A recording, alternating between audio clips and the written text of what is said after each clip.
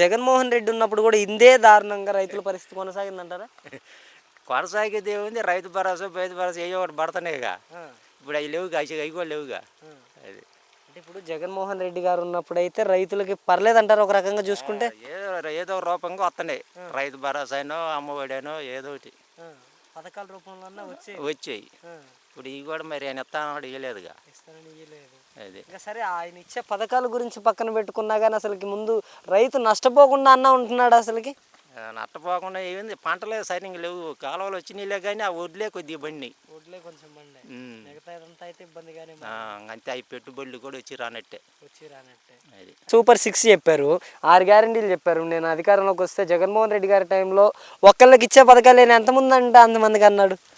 కానీ ఏది ఇచ్చలే, ఏదేదిగా. రేపు మే నెలలో అంటుండగా మరి చూద్దాం మరి. చేస్తాడంటారా మరి? ఇప్పటికే ఒక 10 నెలలు అయింది. చెబుతుండగా చూద్దాం, చూస్తే తెలుస్తుందిగా. అమ్మఒడి అని చెప్పి ఎంతమంది పిల్లలు ఉంటే అంతమందికి 15,000 అన్నాడు. అన్నాడు, ఏది పర్లేదుగా. రైతు భరోసా 20,000 అన్నాడు.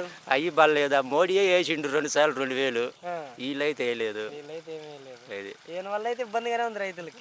ఇప్పుడైతే ప్రస్తుతానికి ఇబ్బంది, మరి ముందు ఏం చేస్తాడో మరి తెలియదు. థ్యాంక్ యూ అండి. అది